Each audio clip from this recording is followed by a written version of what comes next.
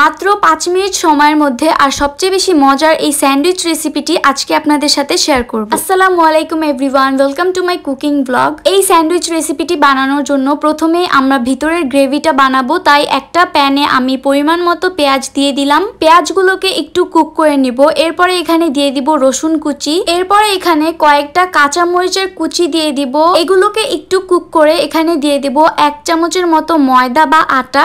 এরপরে এখানে 1 কাপের মতো লিকুইড দুধ দিয়ে ভালোভাবে নাড়াচাড়া করতে হবে, না হলে কিন্তু দলা পেকে যাবে।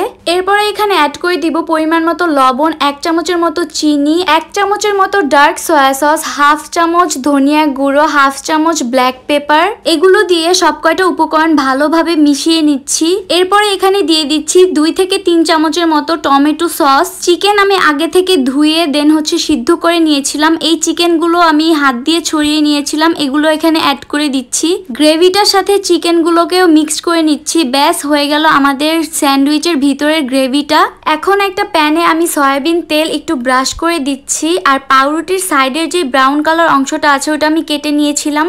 আপনারা চাইলে ব্রাউন কালার অংশটা সহ এটা মেক করতে পারেন। জাস্ট টু লুক গুড আমি সাইডের ব্রাউন কালার অংশগুলো কেটে তেলের মধ্যে একটু টোস্ট করে নিচ্ছি। হালকা এরকম ব্রাউন কালার হলে আমি নামিয়ে ফেলবো। এরপরে এই পাউরুটির মাঝখানে চিকেনের গ্রেভিটা দিয়ে দিব।